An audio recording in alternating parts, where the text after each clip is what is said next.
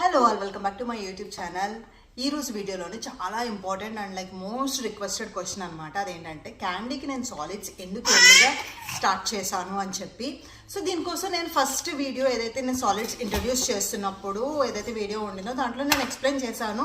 But అదంతా క్లియర్గా లేదు, ఇంకా కొంచెం డీటెయిల్గా లాంగ్ వీడియో చేయండి అని చెప్పి చాలామంది అడగడం వల్ల నేను ఈ వీడియో చేస్తున్నాను అనమాట.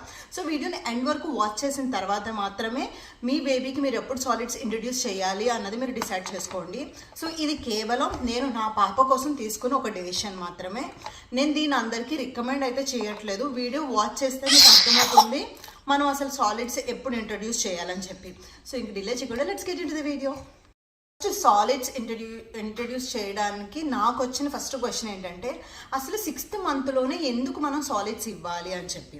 సో దీనికోసం నేను కపుల్ ఆఫ్ బుక్స్ చదివాను, గూగుల్లో సెర్చ్ చేశాను, కొంతమంది ప్రీవియస్ మామ్స్ ఎక్స్పర్టీస్ దగ్గర డిస్కస్ చేశాను, అండ్ నా పీడియాట్రిషియన్ని ఒక డెసిషన్ కూడా అడిగాను అనమాట.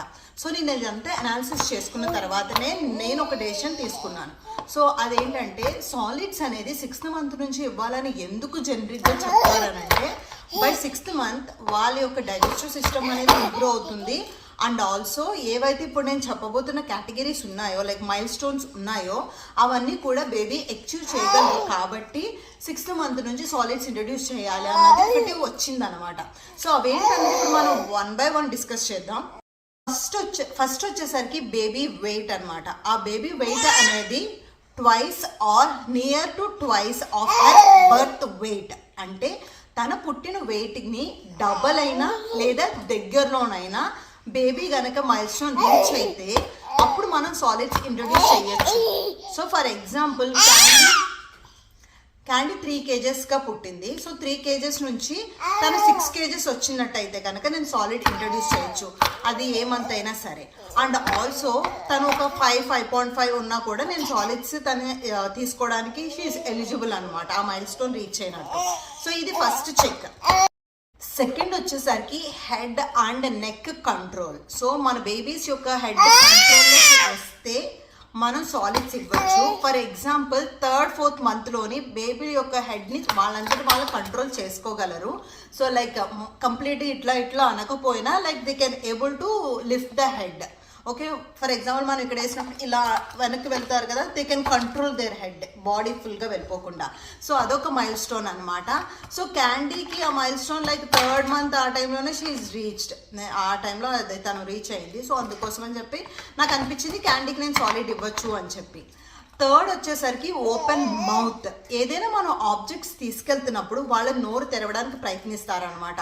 అది టాయ్ అవనివ్వండి, ఏమైనా అవనివ్వండి.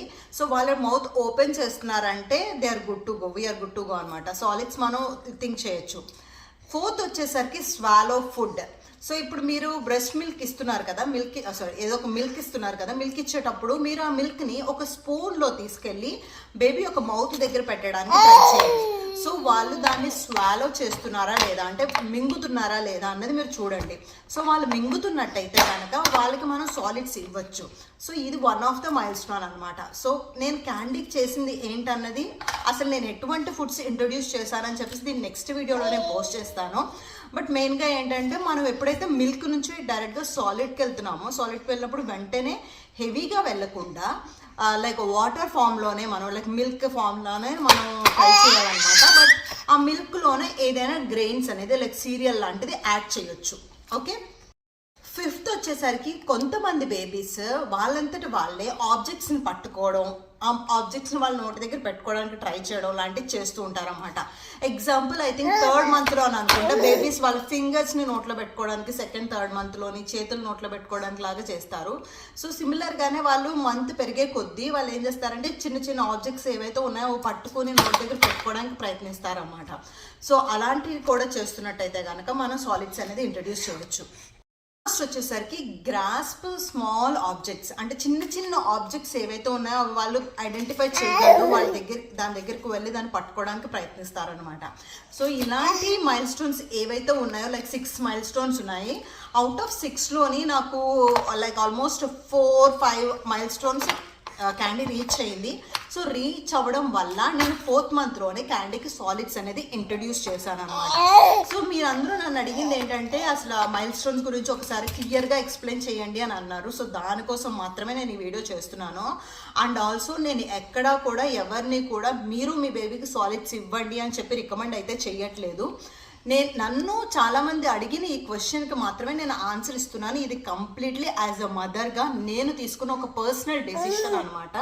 సో క్యాండీ ఒక గ్రోత్ ఇన్స్టాగ్రామ్లో మీరు అందరూ చూసి మీరందరూ ఇంప్రెస్ అయ్యి అసలు నేను ఏమేం ఫాలో చేస్తున్నానని చెప్పి మీరు అడగడం వల్లనే నేను ఈ వీడియో అయితే చేస్తున్నాను తప్ప నేను ఏ మదర్కి కానీ ఎవరికి కానీ మీరు ఇలానే చేయండి అనేది రికమెండేషన్ అయితే కాదు ఈ వీడియో. సో ఎండ్ వరకు వాచ్ చేసినట్టయితే కనుక మీకు నా యొక్క ఇంటెన్షన్ ఏంటన్నది అర్థమవుతుంది. హాఫ్ వరకు వాచ్ చేసి అక్క చెప్పింది మనం చేసేద్దాం అని అయితే వద్దు ప్లీజ్. ఎందుకంటే బేబీకి ఏది కంఫర్ట్ ఉంటుందో ఒక మదర్కి మాత్రమే తెలుస్తుంది అనమాట. సో ఐ విష్ మీకు ఈ వీడియో హెల్ప్ఫుల్ అవుతుందని అనుకుంటున్నాను. ఇన్ కేస్ మీకు ఈ వీడియో కనుక నచ్చినట్టయితే మర్చిపోకుండా ఛానల్ సబ్స్క్రైబ్ చేసుకుని నన్ను సపోర్ట్ చేయండి. Thank you so much for watching this video. See you soon in my next video. Bye bye.